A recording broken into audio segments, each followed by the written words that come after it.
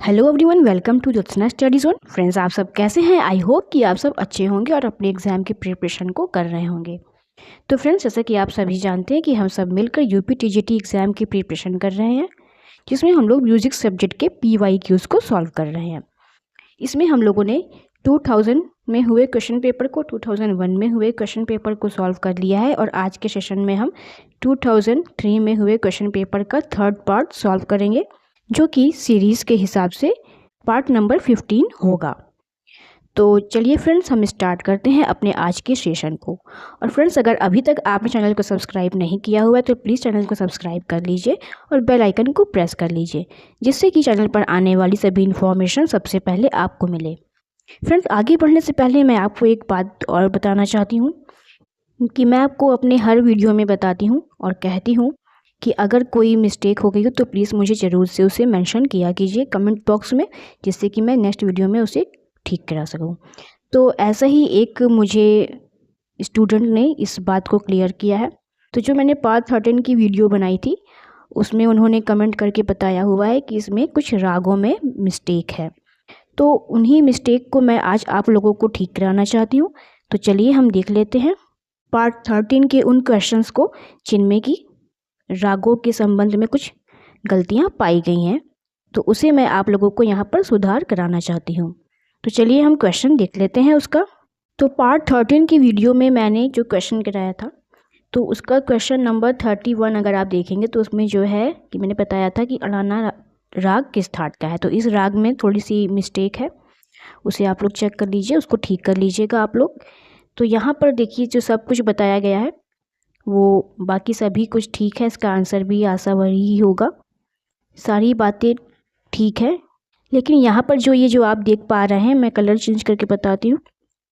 यहाँ पर जो ये आप देख पा रहे हैं कि रात्रि का प्रथम प्रहर, तो ये जो है रात्रि का प्रथम प्रहर नहीं होगा, बल्कि ये रात्रि का तीसरा प्रहर होगा। ठीक है, तो इसे आप लोग ठीक कर लीजिएगा कि जो अलाना राग है इसका गायन समय रात्रि का तीसरा प्रहर होता है, ना कि प्रथम प्रहर।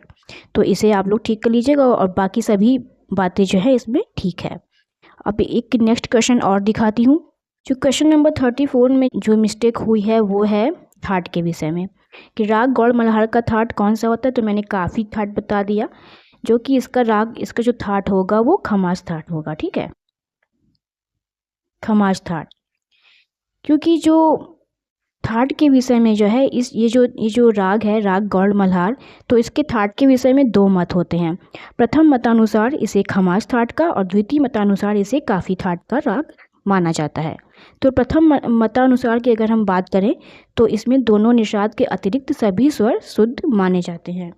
ठीक है, कि प्रथम मतानुसार अगर ये खमास थाट का राग हुआ तो इसमें जो है दोनों जो निषाद स्वर होंगे इसके अतिरिक्त सभी शुद्ध स्वर माने गए हैं।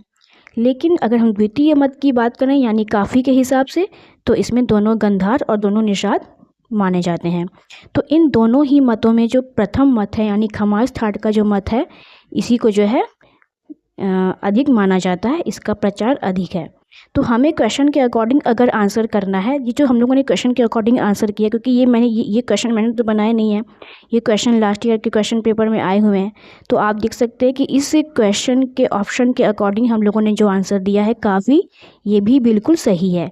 अगर यहाँ पर खमास थाट होता, काफ़ी और खमास दोनों होता, तब हम खमास थाट को प्रेफर करते, लेकिन यहाँ पर काफ़ी ही राग थाट दिया हुआ है, इसलिए इस क्वेश्चन का जो आंसर है वो काफ़ी ही ठीक होगा, ना कि खमाज। लेकिन मैंने इसके लिए आपको पूरा क्लियर कर दिया है कि राग गौड़ मल्हार का जो थाट होता है वो खमाज थाट होता है, ना कि काफ़ी। अगर आपको ऐसे क्वेश्चंस आए जिसमें कि खमाज थाट नहीं हो ऑप्शन में, तब आप काफ़ी को प्रेफर कर सकते हैं। देखिए फ्रेंड्स, क्वेश्चन नंबर 35 के आंसर में आप देख भी सकते हैं कि यहाँ देखिए लिखा हुआ है कि कुछ विद्वान इस राग को काफ़ी और कुछ लोग इसे खमास थाट का राग मानते हैं। तो ये मैंने क्वेश्चन नंबर 35 में आपको बताया भी हुआ है, उसमें अगर आप लोगों ने ध्यान दिया हो तो उसे आप लोग देख लीजिएगा। फिर हम बात करते हैं क्वेश्चन नंबर 36 की।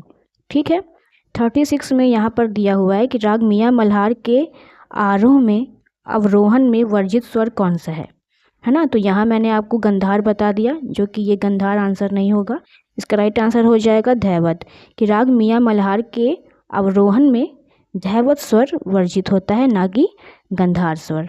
ठीक है, तो इसका जो राइट आंसर वो ऑप्शन 1 होगा, धैवत। तो इसको आप लोग क्लियर कर लीजिएगा अपने नोटबुक में कि गंधार ना हो के ये धैवत जो स्वर होगा वो वर्जित स्वर होगा।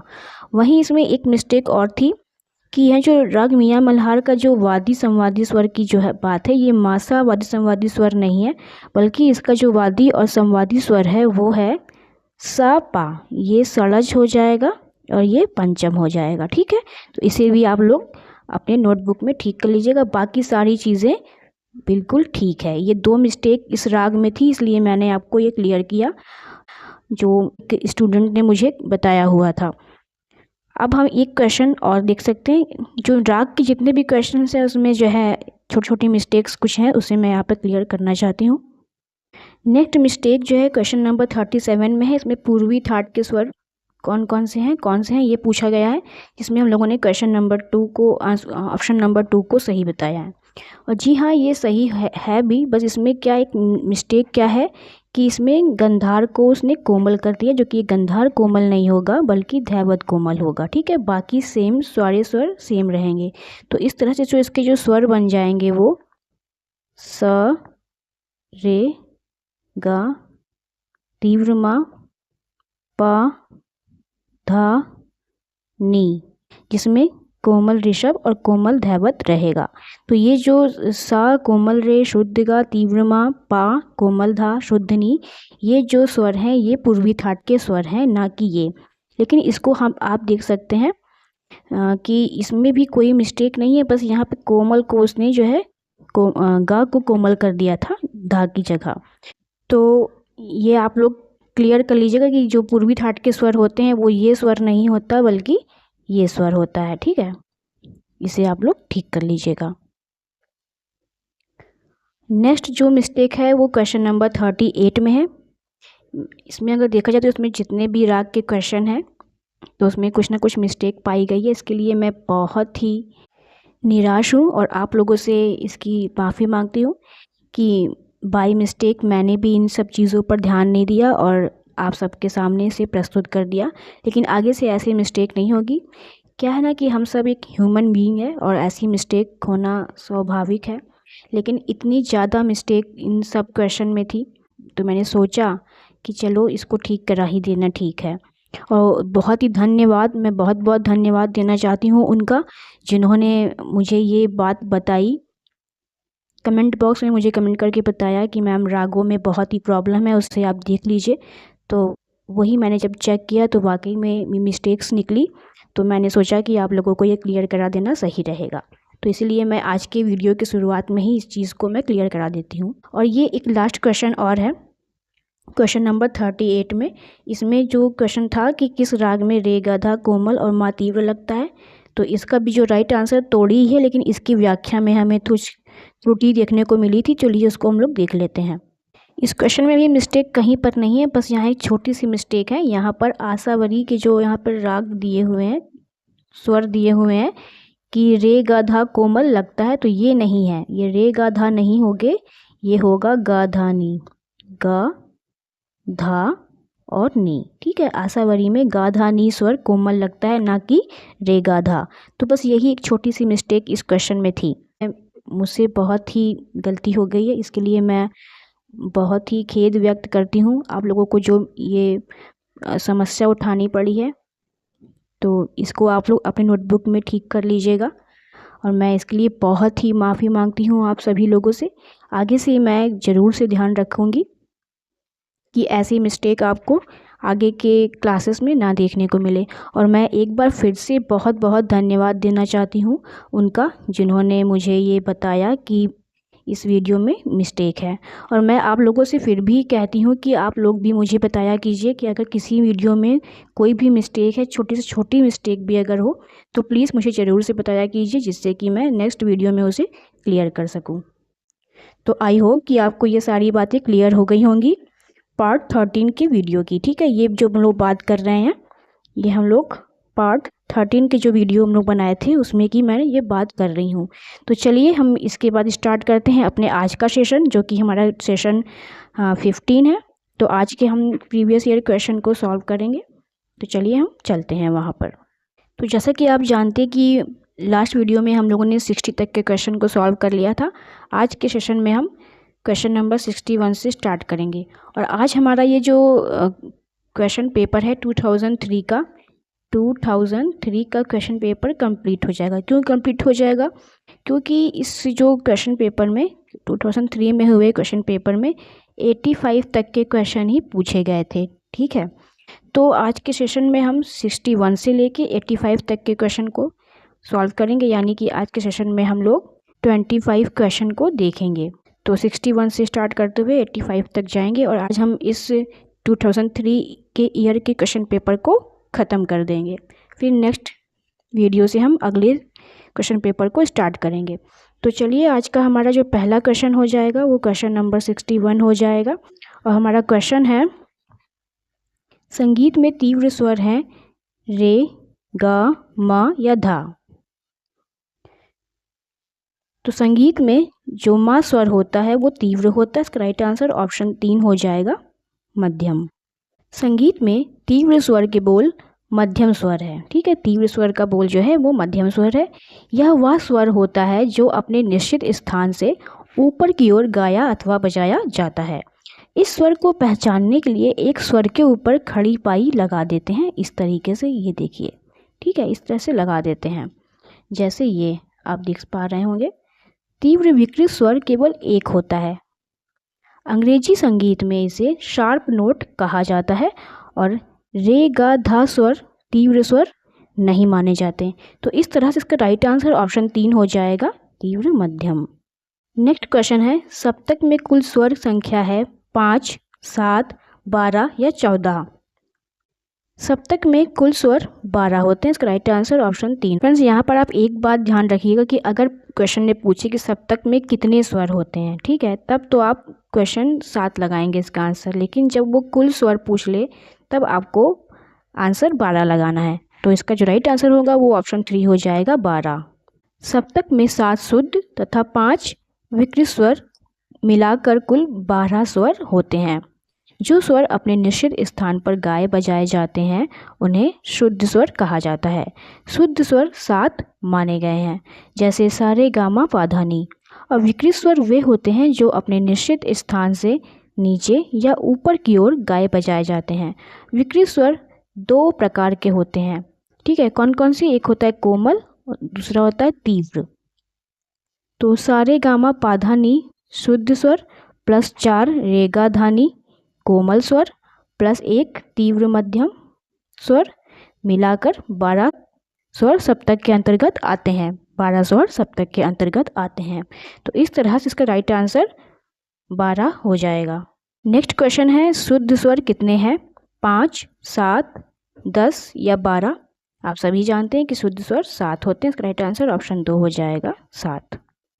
जो स्वर अपने निश्चित स्थान पर गाए बजाए जाते हैं उन्हें शुद्ध स्वर कहा जाता है। शुद्ध स्वर को प्राकृत स्वर भी कहते हैं। शुद्ध स्वर की संख्या 7 होती है। षड्ज, ऋषभ, गंधार, मध्यम, पंचम, धैवत और निषाद, ये 7 शुद्ध स्वर होते हैं। तो इसका राइट आंसर ऑप्शन 2 हो जाएगा, 7। नेक्स्ट क्वेश्चन है, राग का सबसे महत्वपूर्ण स्वर कहलाता है वादी स्वर, संवादी स्वर, अनुवादी स्वर या विवादी स्वर। तो राग का सबसे महत्वपूर्ण स्वर कहलाता है वादी स्वर। इसका राइट आंसर ऑप्शन 1 हो जाएगा, वादी स्वर। राग का सबसे महत्वपूर्ण स्वर वादी स्वर कहलाता है। वादी स्वर राग का प्रधान स्वर है जिसका प्रयोग राग में अन्य स्वरों से अधिक होता है, इसलिए इस स्वर को राग का राजा भी कहा जाता है। वादी स्वरस्तु राजा। संवादी स्वर को मंत्री, अनुवादी स्वर को सेवक तथा विवादी स्वर को शत्रु की उपाधि दी जाती है। तो इस प्रकार इसका राइट आंसर ऑप्शन 1 हो जाएगा, वादी स्वर।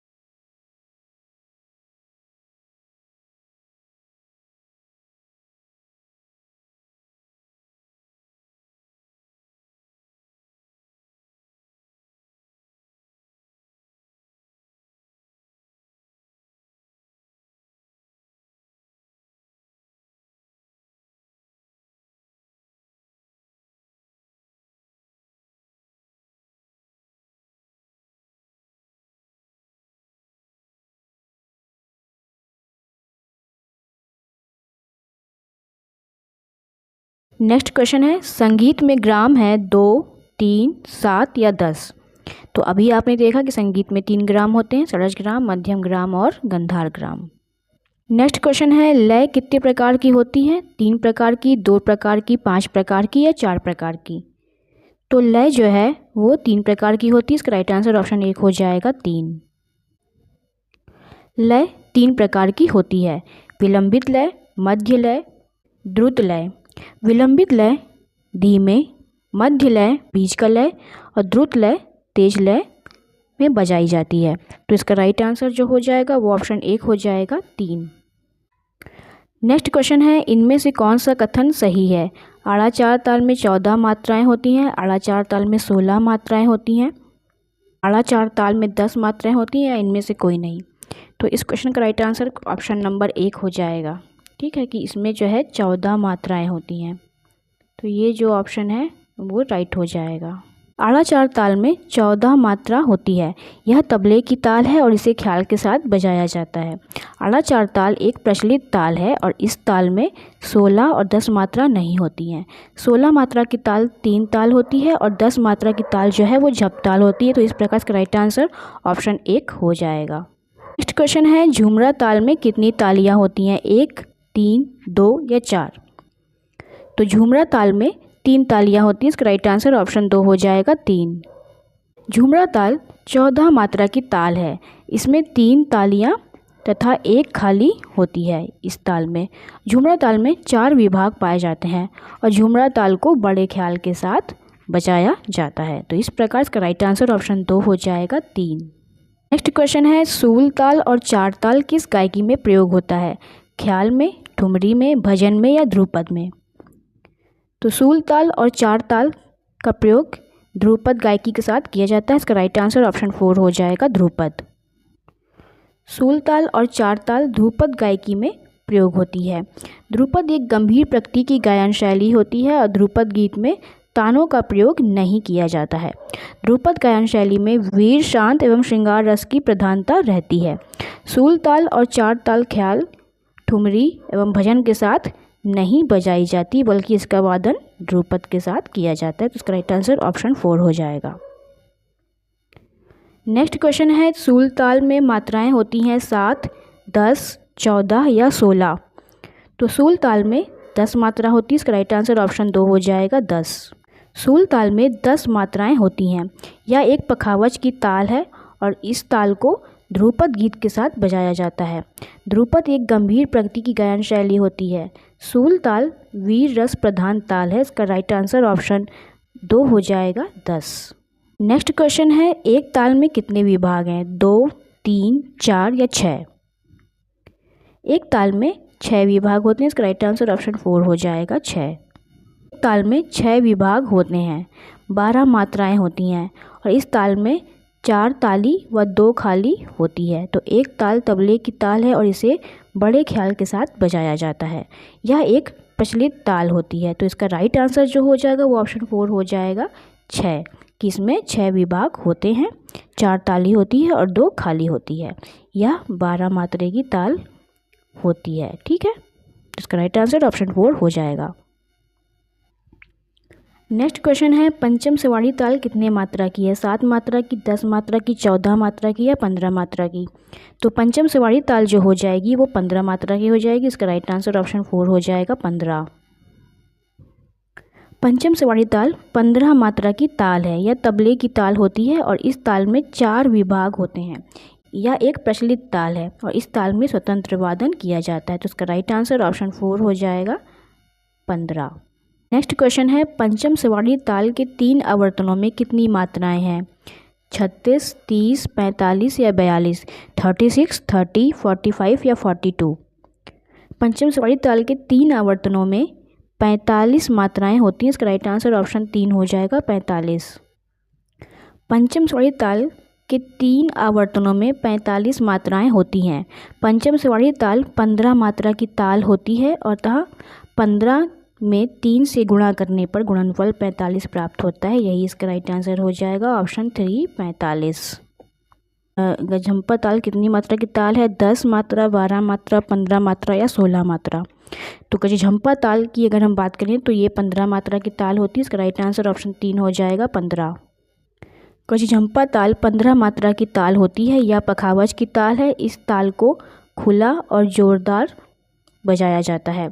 ध्रुपद गीत के साथ कचिझंपा ताल का वादन किया जाता है। इस प्रकार इसका राइट आंसर ऑप्शन 3 हो जाएगा 15।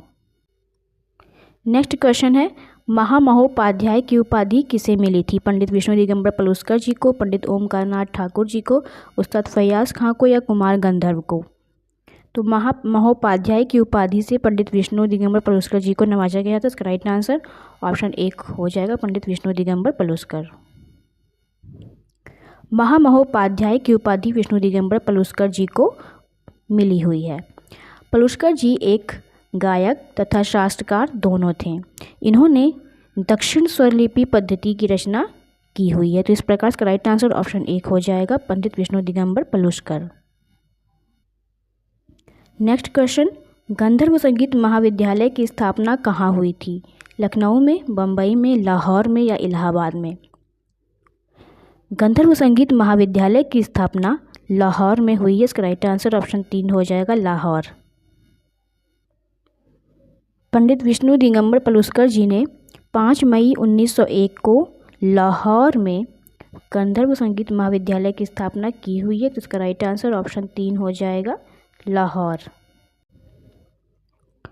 नेक्स्ट क्वेश्चन है, क्रमिक पुस्तक मालिका के लेखक का नाम है मतंग, अहोबल, भरत या भातखंडे? क्रमिक पुस्तक मालिका के लेखक पंडित भातखंडे जी हो जाएंगे। इसका राइट आंसर ऑप्शन 4 हो जाएगा भातखंडे जी। क्रमिक पुस्तक मालिका के लेखक पंडित विष्णु नारायण भातखंडे जी हो जाएंगे।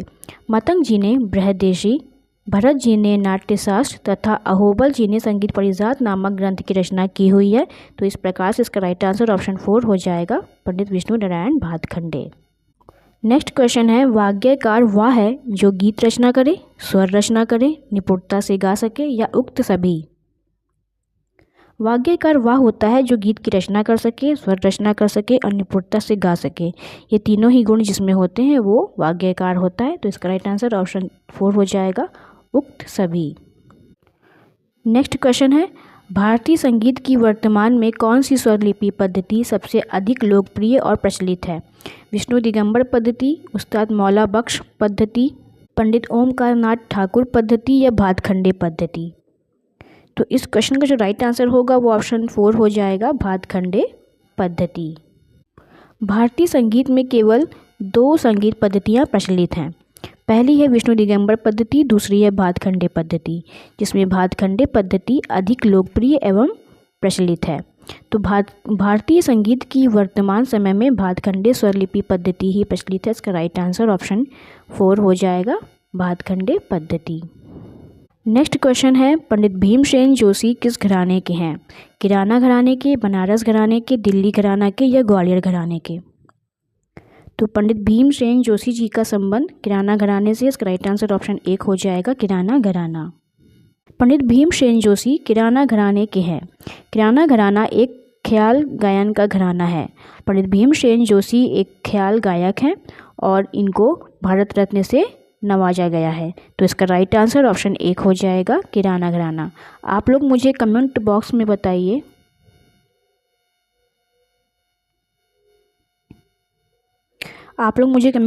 बताइए कि पंडित भीमसेन जोशी को भारत रत्न सम्मान किस वर्ष मिला था।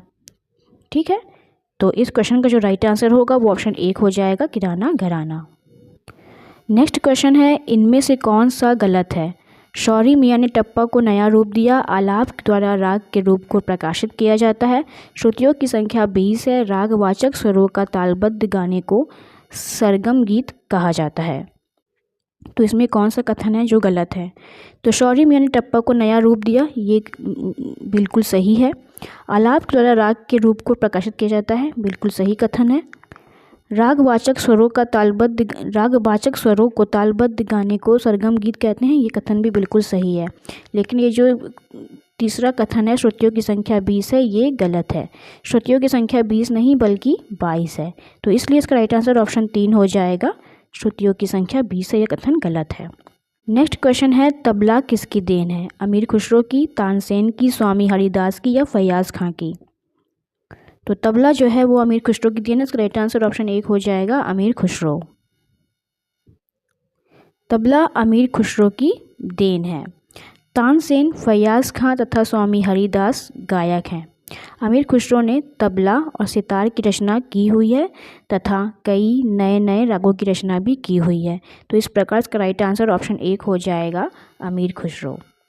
फ्रेंड्स, अगर हम लोग देखें तो ये जो शास्त्र के हिसाब से देखें तो ये जो बात है कि तबला अमीर खुसरो की देन है, यह बात बिल्कुल गलत साबित होती है। लेकिन एग्ज़ाम की दृष्टि से हमें ऐसे ही क्वेश्चन जब आएंगे तो हमें इसका यही आंसर देना है।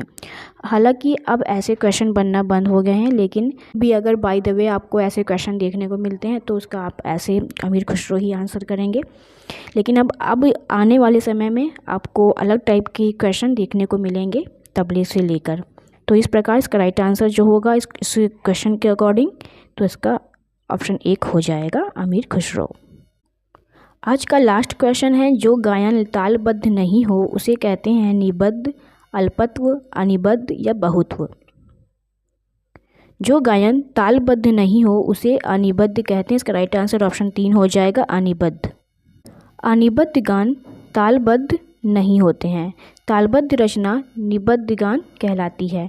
जिस स्वर का प्रयोग राग में अधिक होता है उसे बहुत्व तथा जिस स्वर का राग में कम प्रयोग होता है उसे अल्पत्व स्वर कहते हैं। तो इस प्रकार इसका राइट आंसर जो होगा वो ऑप्शन 3 हो जाएगा अनिबद्ध। तो फ्रेंड्स, ये थे आज के 25 क्वेश्चन। ठीक है, इसी के साथ हमारा 2003 में हुआ क्वेश्चन पेपर आज के सेशन में समाप्त होता है। नेक्स्ट वीडियो में हम इसके आगे के क्वेश्चन पेपर जो हुआ है, जो आगे के ईयर में क्वेश्चन पेपर हुए हैं इसके, वो हम लोग सॉल्व करेंगे। तो फ्रेंड्स, आज का सेशन मैंने कराते समय पूरी सावधानी बरती हुई है, लेकिन फिर भी अगर कोई मिस्टेक हो जाती है तो प्लीज़ आप लोग उसे मुझे कमेंट बॉक्स में ज़रूर से बताइएगा, जिससे कि नेक्स्ट वीडियो में मैं उसको ठीक कर सकूं।